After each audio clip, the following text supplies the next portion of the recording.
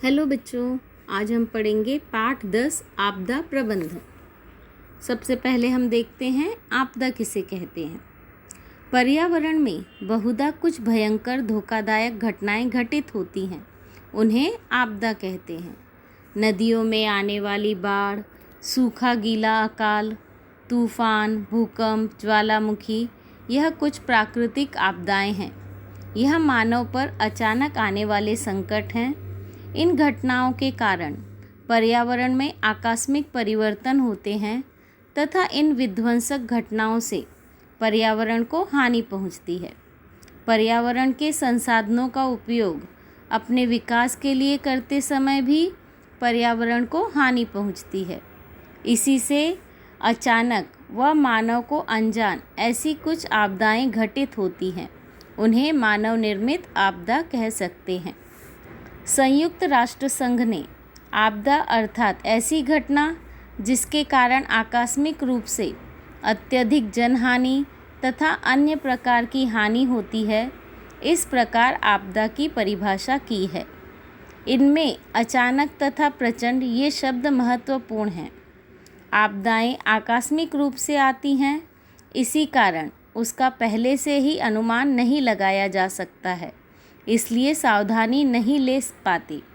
जिस स्थान पर आपदाएं आती हैं, उस क्षेत्र की साधन संपत्तियों का अत्यधिक नुकसान होता है। वित्तीय तथा जनहानि जैसे घटनाओं का समाज पर दीर्घकालिक परिणाम होता है। यह परिणाम वित्तीय, सामाजिक, सांस्कृतिक, राजकीय, कानूनी तथा प्रशासकीय ऐसे सभी क्षेत्रों में होता है। जिस क्षेत्र में आपदाएं आती हैं, वहाँ का जनजीवन तहस नहस हो जाता है। आपदाग्रस्त व्यक्तियों को जन, धन तथा अन्य प्रकार की हानि होती है। कोई भी दो आपदाएं समान नहीं होती हैं। प्रत्येक आपदा का कालखंड अलग अलग होता है। कुछ आपदाएं अल्पकालिक तथा कुछ दीर्घकालिक होती हैं।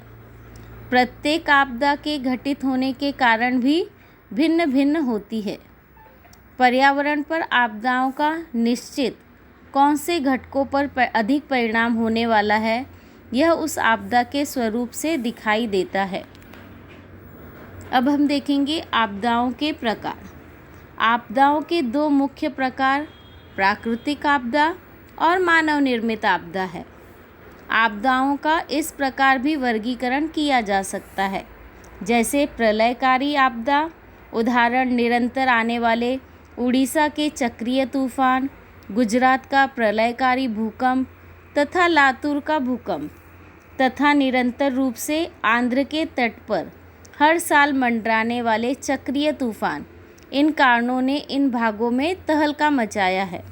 बड़े पैमाने पर जन धन हानि हुई है। फिर भी सामान्य जनजीवन कुछ समय बाद सुचारू रूप से शुरू हुआ। दूरकालिक परिणाम वाली आपदाएं अर्थात घटनाओं के पश्चात उनका दुष्परिणाम गंभीर होता है। उदाहरण अकाल, फसलों का नुकसान, कर्मचारियों की हड़ताल, बढ़ने वाला समुद्र जल स्तर, बंजर रेगिस्तानीय भूमि आदि। आपदाओं का विभिन्न मापदंड के आधार पर वर्गीकरण इस प्रकार किया जाएगा। इसमें भूभौतिक, जैविक और मानव निर्मित, ये 3 प्रकार हैं। भूभौतिक में भूवैज्ञानिक व भूगर्भीय और मौसम विभाग, वातावरणीय, खगोल शास्त्रीय, ऐसे 2 प्रकार हैं। जैविक में वनस्पतिजन्य और प्राणीजन्य, ऐसे 2 प्रकार हैं। मानव निर्मित में अनाकलनीय और हेतु पुरस्पर, ऐसे 2 प्रकार हैं। भूवैज्ञानिक व भूगर्भीय, इसके उदाहरण हैं भूकंप, ज्वालामुखी, सुनामी, भूप्रपात, भूमिपात, भूप्रक्षोभ, धूप, क्षारीकरण, जल प्रलय इत्यादि। मौसम विभाग, वातावरणीय, खगोल शास्त्रीय, इसके उदाहरण हैं गर्म व शीतलहर, बर्फीले तूफान, बर्फ वृष्टि, चक्रीय तूफान, ओले, अवर्षण, अकाल, बाढ़, उल्कापात, सूर्य पर स्थित दाग और उनकी संख्या में परिवर्तन इत्यादि। वनस्पतिजन्य उदाहरण हैं जंगल, दावानल, कवकजन्य रोग, प्रसारण, तण फैलाव इत्यादि।